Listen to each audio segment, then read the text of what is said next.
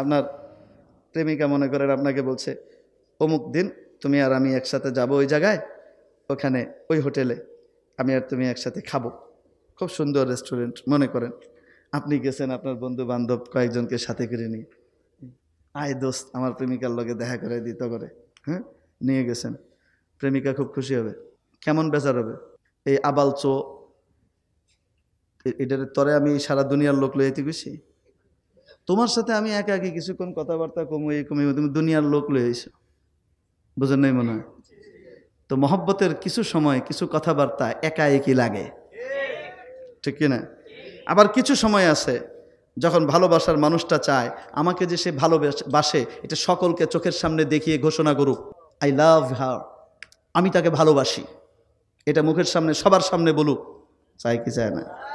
এই জন্য রব্বুল আলামিন নামাজ দিলেন ভালোবাসার কথাবার্তা বলার জন্য, 5 ওয়াক্ত ফরজ নামাজ দিলেন পুরুষকে, সকলের সামনে ঘোষণা কর আমার ভালোবাসার। রাতের বেলা তাহাজ্জুদের সময় শুধু একা একা আমার কাছে আহে, আমি আর তুই আলাদা কথা বলবো।